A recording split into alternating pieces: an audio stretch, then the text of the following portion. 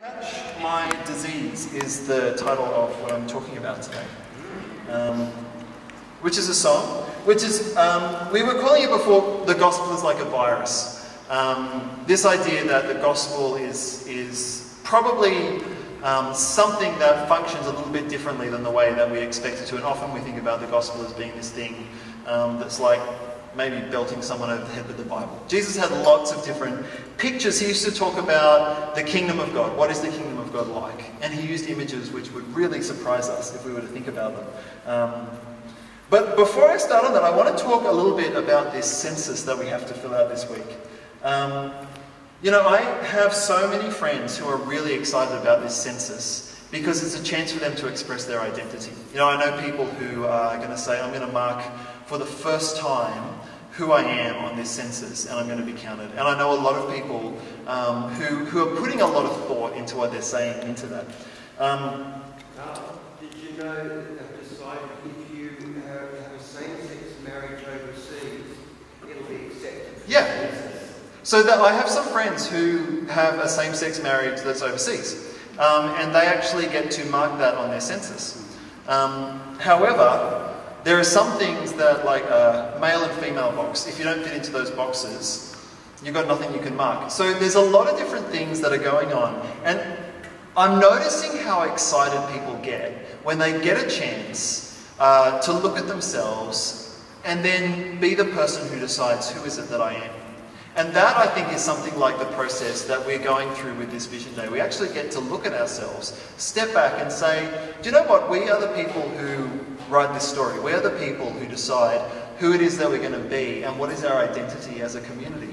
And that enables us to be authentic, you know, to speak our voice in a way that is true to us. One thing that I'm going to be doing on census night is making sure I'm staying at Steve's place so I can mark myself down as being in a relationship. That's something that for me is incredibly powerful. And I didn't think that would mean so much to me, but hey, I actually get to put this down and be counted for who I am. That's never been recorded on the census before. People have to listen to me, and I am the one who gets to say what is true for my own life. So I don't think that it's just about checking boxes and adding up the numbers. I think that there's something that's really transformative when you're able to look at yourself and be the person who says what your name is. To look in the mirror in that way. I think that that is part of how God speaks to us. And that's what I want to share with you today, that we often look, God speaks to us, primarily we think of the Bible as being God's word. And a lot of people look to things like the teaching of their church is very important to them if they come from a particular denominational background. Well, I have this view because this has been passed down to me and my pastor said that. We look at our experiences of God and we think about, oh, I've experienced God in this way and God spoke to me and I know this because God said it. I want to talk to something Jesus said. And if I could get the first slide up. Jesus said this about looking at the signs of the times. And that's something that we don't think about. When we think, how is God speaking to us in our world? We don't often pick up the newspaper and say, what is God going to tell me in the newspaper? Jesus said, look at the signs of the times, because God is speaking to you through what is happening in your world. The Pharisees and the Sadducees came, and to test Jesus, they asked him to show a sign from heaven, looking for some sort of a miracle. He answered them, when it's evening, you say it will be fair weather, for the sky is red, and in the morning it will be stormy today, for the sky is red and threatening. You know how to interpret the appearance of the sky, but you cannot interpret the signs of the times. We are often looking for God to speak to us in ways that are spectacular, ways that really kind of break out of the ordinary. The things that happen in the Bible are, you know, seas being parted and people being raised from the dead, and all those different things. Those are ways that God has spoken to us.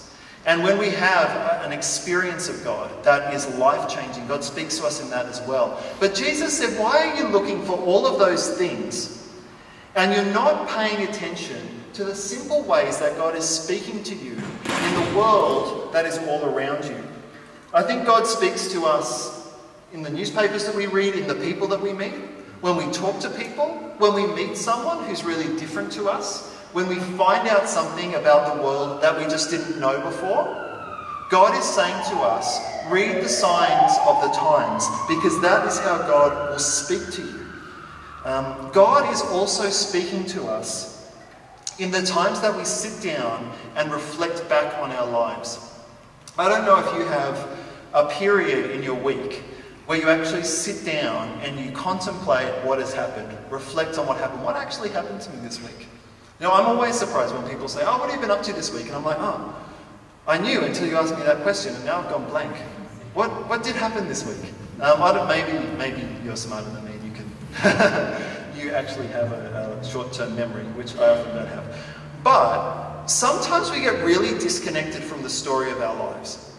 And that is an area too where we need to start to read the signs of the times. Actually look back and say, what happened to me this week? Well, I spent the whole week making the same mistake over and over again. Maybe God is saying something to me. Or, wow, I did something a few days ago, it turned out really well. Why don't I try that again? You know, that worked. Sometimes I think we're a little bit deaf and blind to the ways that God speaks to us in everyday life. And Jesus says, look, you know how to read a weather report. You know how to look at a red sky and think it might rain. Or, you know, to look at the temperature and feel what the temperature is like and think, oh, it's going to be summer soon. But we block out the simple ways that God is sometimes speaking to us over and over again and thinking, is this person deaf?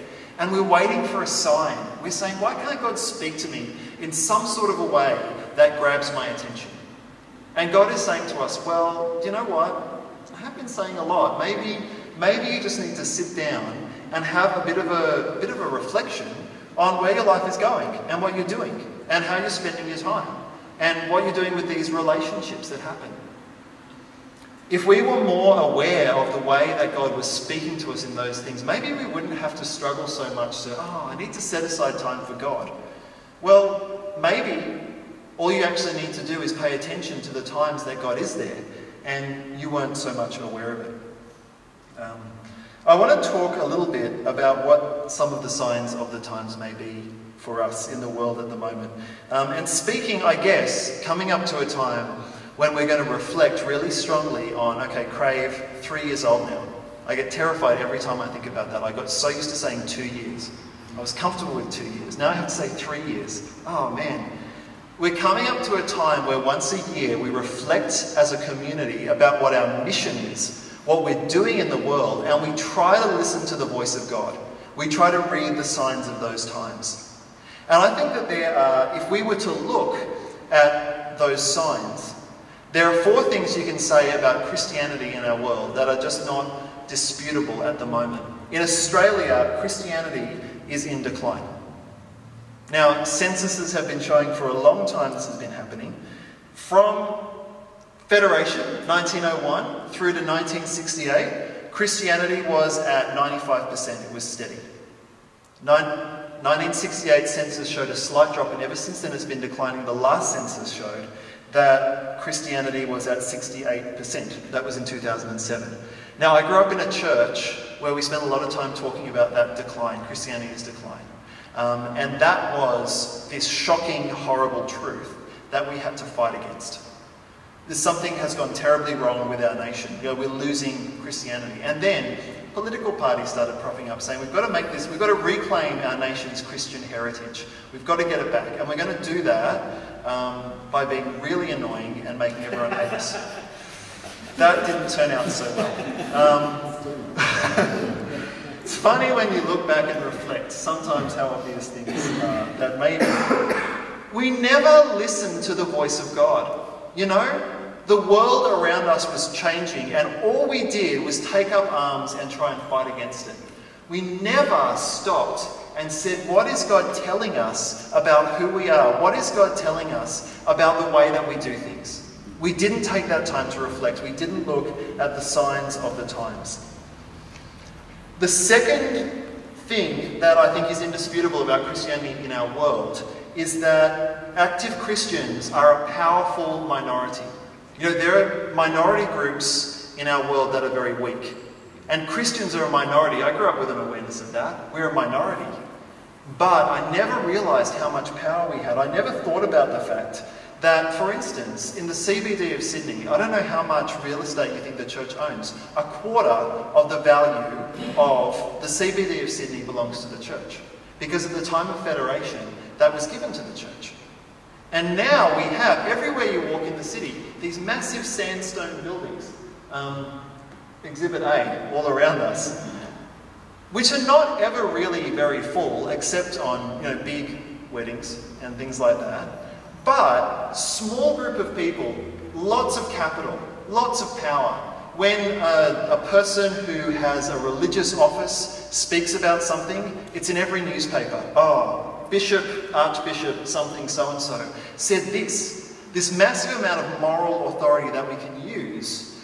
But what we have is a small percentage of the population wielding power that most people don't have access to. We need to stop and read, what are the signs of the times telling us? The third truth that I think is difficult for us to hear, but also we can't deny, is that active Christians in our world aren't just a powerful minority, we're a resented minority.